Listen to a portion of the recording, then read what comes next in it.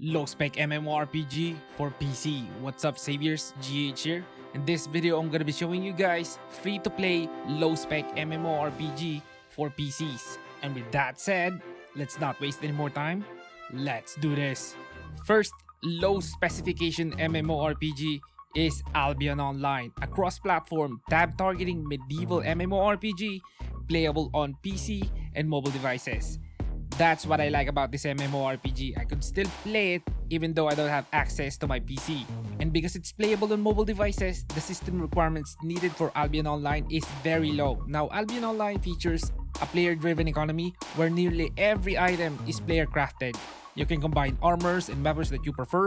And as for the class system, you are what you wear. Your capabilities depends on what you're wearing, which is nice because you can be a hybrid or the purest of a certain playstyle. If you want to check the game out, the details are on the screen. Next low-spec MMORPG is AdventureQuest 3D, a tab-targeting fantasy MMORPG you can play on your PC through Steam and on your mobile devices. In terms of graphics, it's cartoony and colorful. It's not that impressive, but it looks nice enough for me.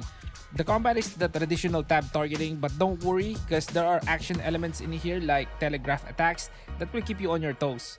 And in terms of population, there's a decent chunk of people playing this game, but mostly on mobile devices.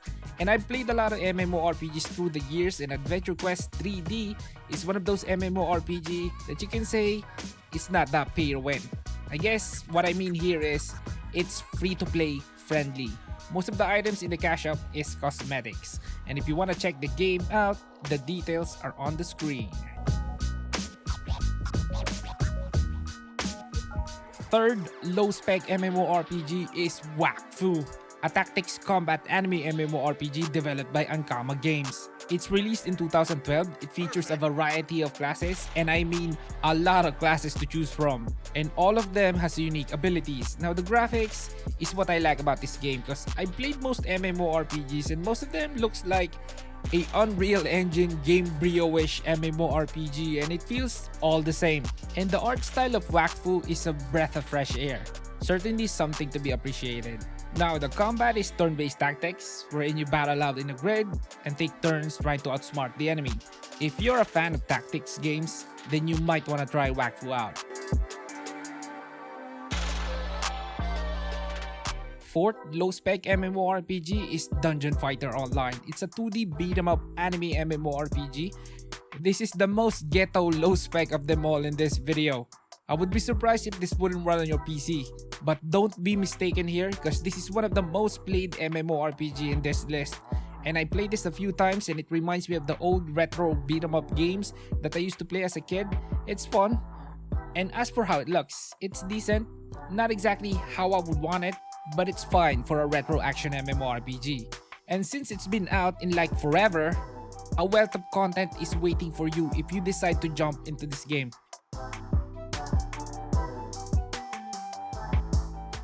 Fifth MMORPG is Spiral Knights, a top-down fantasy action MMORPG playable on Steam.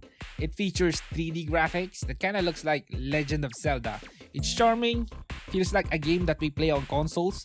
There's certainly a polish to this game that I only see on console games. Now, the combat is like a twin-stick shooter, but there's a melee weapon that will make you even think that it's kinda like Legend of Zelda. The starting experience is fun, the tutorial isn't intrusive, and the game is easy to get into. Now, there's a decent size of player base here that will play with you. And if you want to check the game out, the details are on the screen.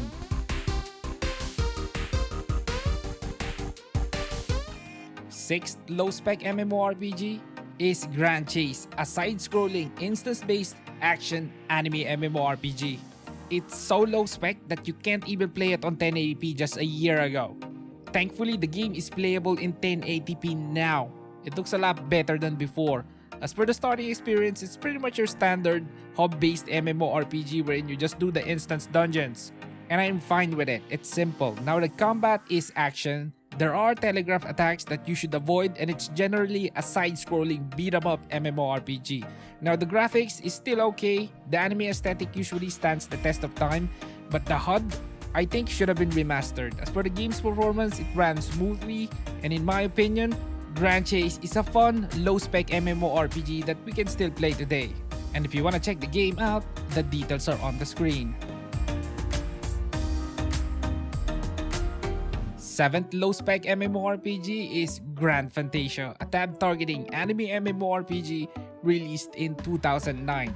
I played this hardcore, and I remember multi-clienting in this game on my old ragged laptop.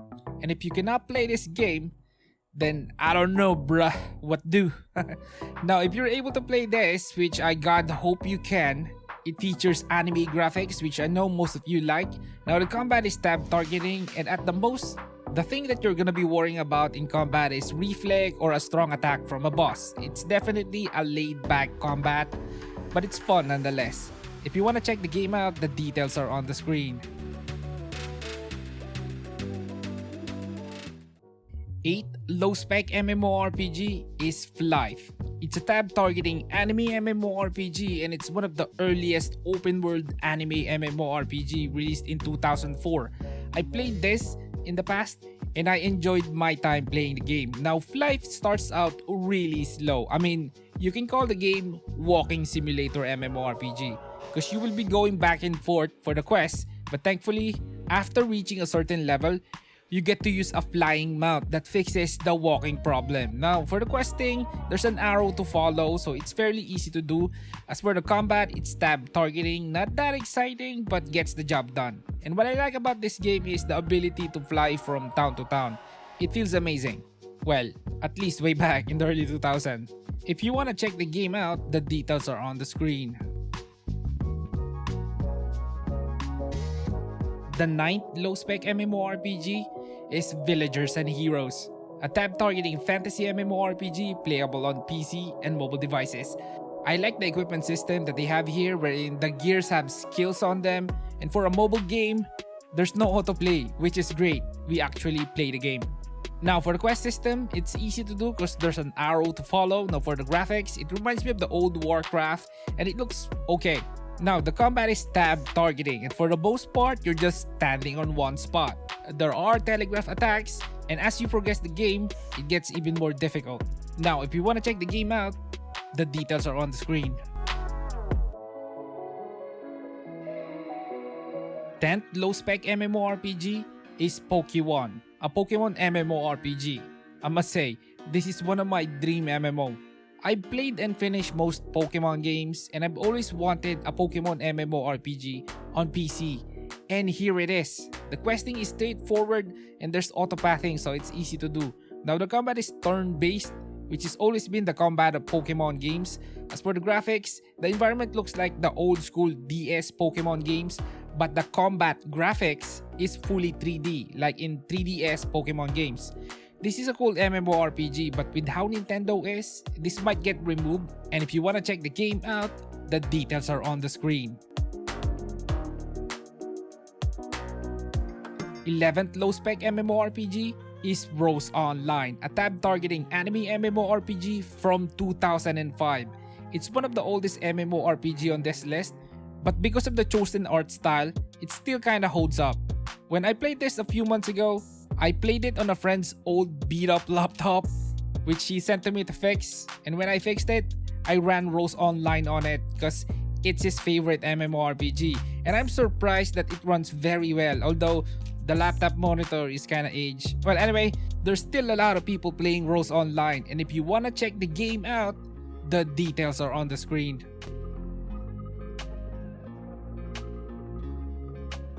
The last low-spec MMORPG is Ragnarok Online, a tab-targeting anime MMORPG of 2005. This is the MMORPG I played hardcore when I was a kid. I've spent so much time playing this game that when I had to stop to pursue my studies, I then sold my items and I was able to have pocket money, and I bought a laptop with some of it. Now, the graphics requires very low graphics processing, but it looks decent even at high resolutions. Now, the gameplay is mainly grind to reach a certain level and farm to get certain gears. To some, it might not be good, but for me, I like it. It's simple. The quests are optional. New Ragnarok Online server pop out pretty much every year. And if you want to check the game out, the details are on the screen. And that's it, guys. I hope you saw a low-spec MMORPG you like. and leave a like to help me out in the algorithm. And this is Gaming Hardcore. See you in the next one.